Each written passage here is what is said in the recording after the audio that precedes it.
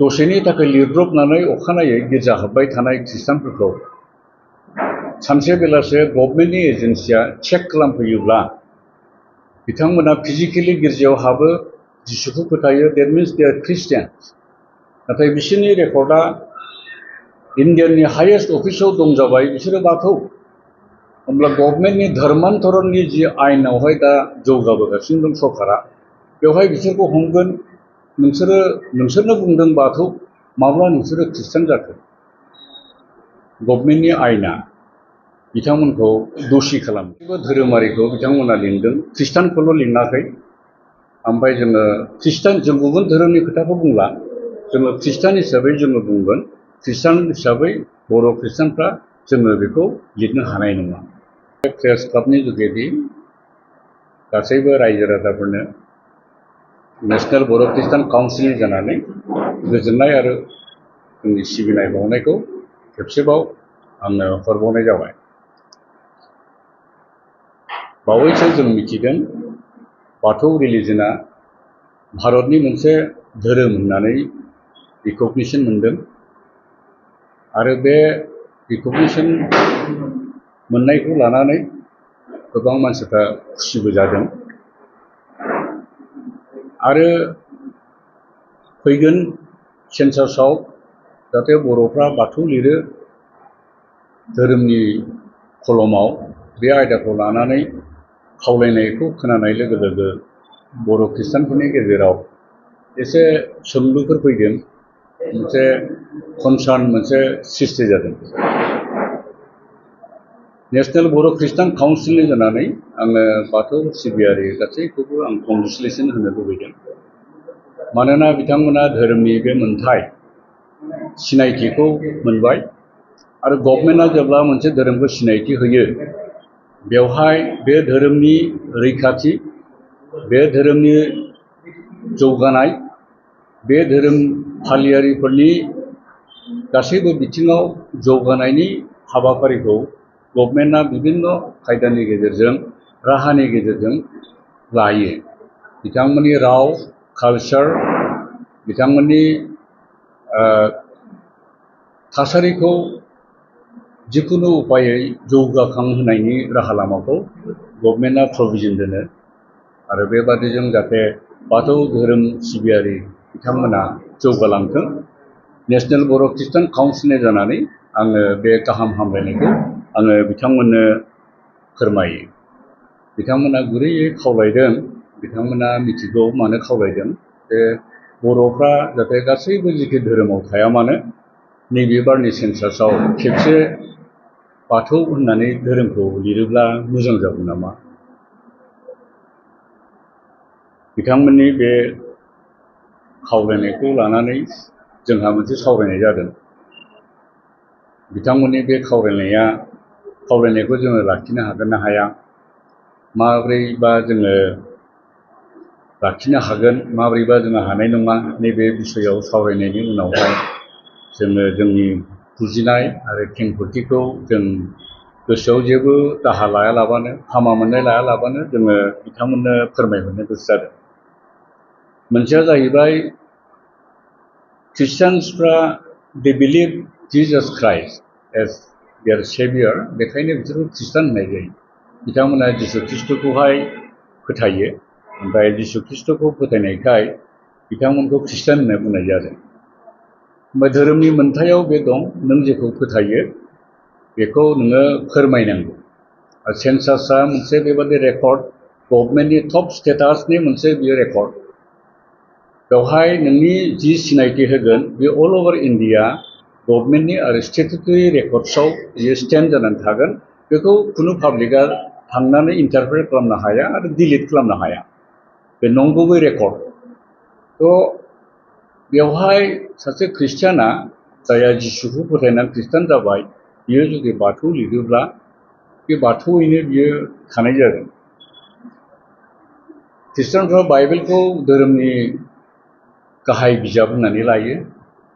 बेवहाय बेबादि बुंनाय दङ, आंखौ मानसिफोरनि गेजेराव नोंसोरो जुदि साखि होयोब्ला अब्लासो आं आफानि सिगाङाव नोंसोरखौ आंनि फिसा होननानै साखि होगोन। जाया नंखाय बुंगोन आङो बेखौ सिनायथि होनाय नङा।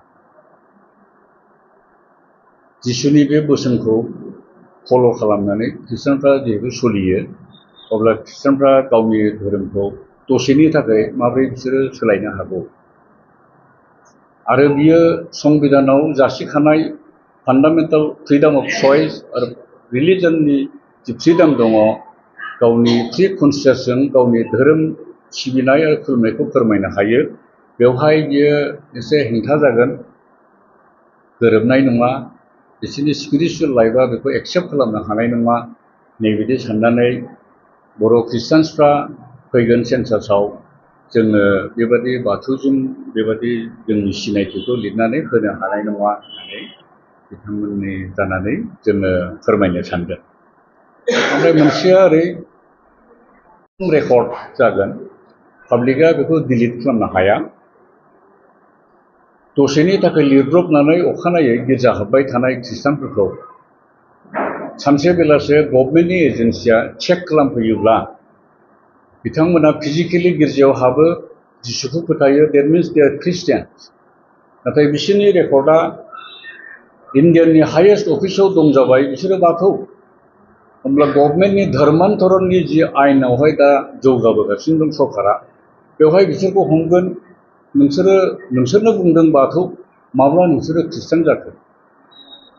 गभर्नमेन्टनि आयेना बिथांमोनखौ दोषि खालामगोन। नोंसोरनि बुंनाय मथे नोंसोरनि रेकर्डआ बाथौ, नाथाय दिनै नोंथांमोना ख्रिस्टान जाबाय, माब्ला जाखो?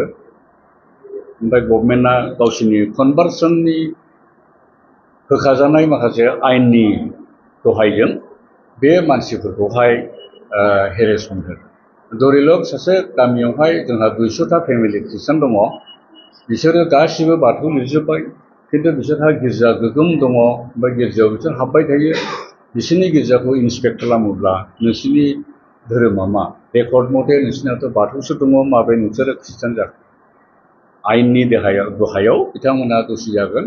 ओमफ्राय आयेना गावसोरनि मथे बिथांमोनखौ हेरेसमेन्ट होनो हागोन। बे समाव रावबो बिथांमोनखौ बायख'नो बा हेफाजाब होनानै सहाय होनो हानाय नङा। थ' बेबादि माखासे रिस्क जोङो नुहुरदों। बे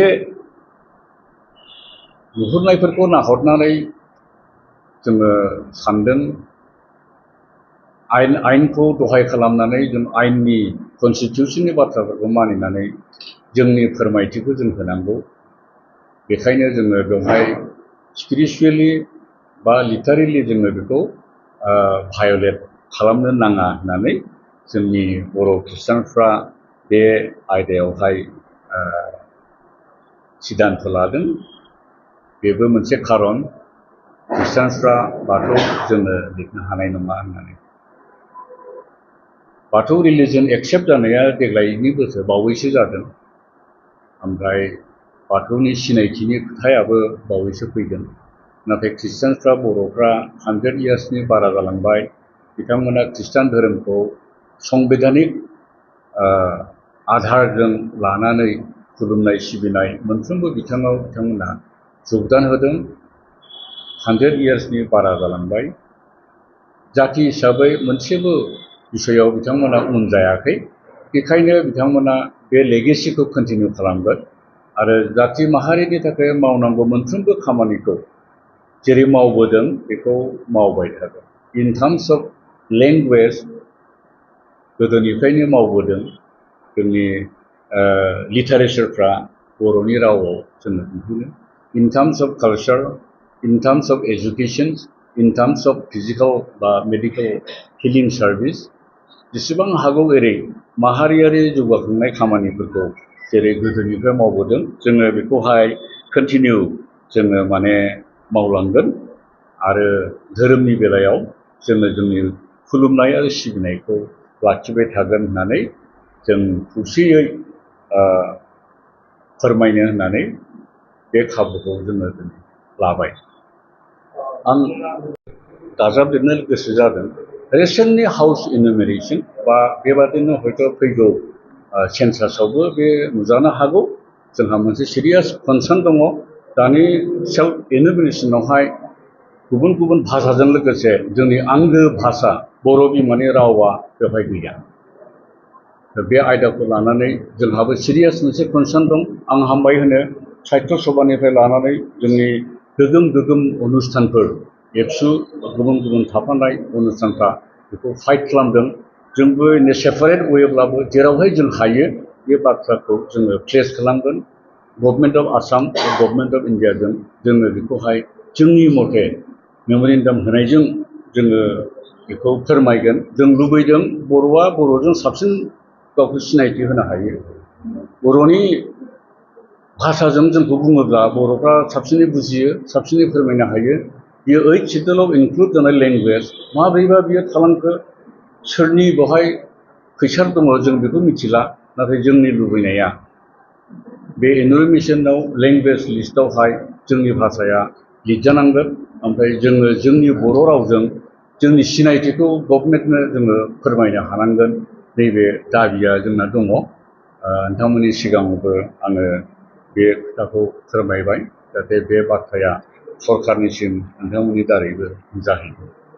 आङो जोबनायाव आरोबाव आङो गुरैयै खावलायहरनो सानदों जोंनि बाथौ लिरनो हायै बिथांमोना अबयसे बुंदों बे उदांस्रि होदों जोंनो। आं बेखौ खुब एप्रिसियेट खालामो। जायफ्रा जि धोरोम बे जबरदस्त नङा, खिन्थु हायोब्ला बिथांमोना लिरथों होननानैसो खावलायदों। बिथांमोननि बे आपिलखौ जों बिथांमोननि मथे मानिनो हायाखै। जाहाथे बेखौ बिथांमोना जेबो दुखु मोना आरो जों एसुरेन्स होयो जों मदद होनो हाथावथाव जौगाखांनायनि लामायाव जातिखौ गेरेमसा लुखांनायनि बेलायाव जोङो मदद होनो हाफानाय गोनांथि गोनांफोरखौहाय जों जेब्लायबो फुल क'पारेसनाव खौसेयै बर' बिमानि फिसा हिसाबै जोङो मावलायगोन। बेवहाय जोंनि एसुरेन्सआ गासैबो बाथौ सिबियारि बिथांमोननि फारसे जोङो जासिनाय थाबाय। आरो आं एसेयावनो आंनि मिथिहोनो गोनांफोरखौ आं फोजोबनाय जाबाय। गोजोन्थों। बर' ख्रिस्टानफोरा बर'नि आसार खान्थिखौ बावगारनानै सोनाबारि आसार खान्थिखौ बजबनानै लानो सानबाय। बेबायदि अजदा आरो गोबां सावरायनायखौ बियो एक्युजिसन। बिसोरो गावसोरनि राइट अफ इनफरमेसन बेखौ लानानै बिसोरो एक्युज खालामदों। नाथाय जों बेखौ टटेलि डिनाय खालामो। फार्स्ट अफ अल आसार खान्थि एबा कालसारा माजों जायो? फार्स्ट अफ अल बेहाय लेंगुवेज मोनसे थानांगोन, गाननाय जोमनाय थानांगोन, हारिमुवारि माखासे आयदाफोर थानांगोन, ओमफ्राय जानाय लोंनायबो इभिन बेवहाय थानांगोन। थ' बर' हिसाबै लेंगुवेजआव जोंहा गोख्रों मोनसे जुजिनाय दङ। जोङो धोरोमनि बिजाबखौ 1938आवनो जोङो बर' रावआव सुजुदों। ओमफ्राय बाइबेलखौ जोङो कमप्लिट जोङो 1981आव बर'नि रावआव ट्रेन्सलेट खालामनानै जोङो होदों। आरो जोंनि आदि बर'फ्रा साहेबफोरनि फोरोंनायजों प्रथम बर'नि बिजाबफोरखौ लिरदों। रेभारेन्ड एन्डेल्स साहेब दङमोन। बिथाङा बर'फोरनि हेफाजाब लानानै बर' रावखौ बर'फ्रानो बिथांनो फोरोंदों बा लिरदों। थ' बेबादि लेंगुवेजनि सायाव गोसो होनाय बे जोंनि खामानि। गोबां मानसिफोर दङ बिथांमोना बर' रावखौ राया। बिथांमोना बर'खौ रायनांगौ, बर'नि मोनसे कालसार बियो। ओमफ्राय गोबां मानसिफोर दङ बर'फ्रा गाननाय जोमनायाव गोसो होआ। नाथाय आं बुंनो सानदों गाननाय जोमनायावबो जोङो गोसो होनांगौ। ओमफ्राय कालसारखौ जोङो मिथिहोनांगौ। जोंनि कालसारा मा, मोसानाय गाननाय जोमनाया मा। बे आयदायाव जोङो खृष्टान ग्रुप हिसाबै गुबुनखौ नेयालाबानो साउथ इस्ट एसिया गोबां कान्ट्रिसफ्राव जोङो हाजार हाजार लाख लाख थाखा खरस खालामनानै जोंनि कालसारा मा, जोंनि मोसानाया मा, मुलुगनि बिथायावहाय जों बेखौ प्रेजेन्ट खालामदों। ओमफ्राय मुलुगनि मानसिफोरनि मोजां एप्रिसिएसन जोङो मोननो हादों। दा बे हिसाबै बबेबा खनानिफ्राय माबा मोनसे साननाय लानानै जोंखौ बुङोब्ला कालसारखौ नागारजोब्बाय, नैबिदि खालामबाय, बेखौ इजिलि बेखौ जोङो मानिनो हाया। जायफ्रा भाषा गारलांबाय जायफ्रा रिथिनिथिफोरखौ एखेबारे गारलांबाय बिसोरखौथ' दा जोंबो बुंगासिनो दङ बर'आ बर' रावखौ रायनाया मोजां, बर'नि आसार खान्थिखौ फल' खालामनाया मोजां, बेखौथ' कालसारखौ प्रिजार्भ खालामनाया मोजां, बेखौथ' जोंबो बुंगासिनो दङ। बुंग्राफ्रा अनेक रोखोमै बुंदों, नाथाय जोंनि साननाय हनाय आरो जोंनि बुंफोरनाया बेबादि। आरो बेखौ बे टपिकखौ नोंथाङा नेवसिगारदों। बाथौसिम जिथु लिरदों जे बाथौ बिफाननिफ्राय नोंथांखौ खावलायदों, दायो नोंथांमोना जोबथा थांखियाव बे थांखि बायदि बुंबाय नामा? जोङो नेवसिगारदों नामा? जोङो बेखौहाय बिथांमोननि आपिल बियो, गासिबो धोरोमारिखौ बिथांमोना लिंदों, ख्रिस्टानखौल' लिङाखै।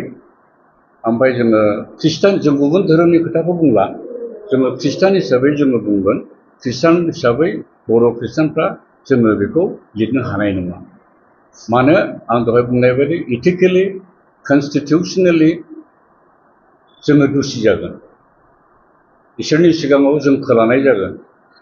कनस्टिटिउसना जोंनो जि राइट होदों जोङो बेखौ गोजोनै प्रेक्टिस खालामनो जों मोननाय नङा। नैबे जाहोनाव जोङो बेखौहाय जोङो बेबादि लिरनो हानाय नङा। दा बेखायनो जोङो बाथौ सिबियारि बिथांमोनखौ आरोबाव जोङो गुरैयै बुंफोरनो लुबैदों, धोरोम हिसाबै, धोरोमारि सिबियारि ग्रुप हिसाबै जोङो जेरै खौसेयै बिभिन्न खामानिफोरखौ जोङो खौसेयै रायलायदों, बे आयदायाव जोङो जेरैबायदि क'पारेट खालामनो, हेफाजाब होलायनो जोङो हायो, बे मोनफ्रोमबो बिथिङाव दा वे वी केन डु जोङो बेखौ क'पारेसन होलायगोन। खिन्थु जोङो जोंनि धोरोमखौ जोङो सोलायनो जोङो हानाय नङा।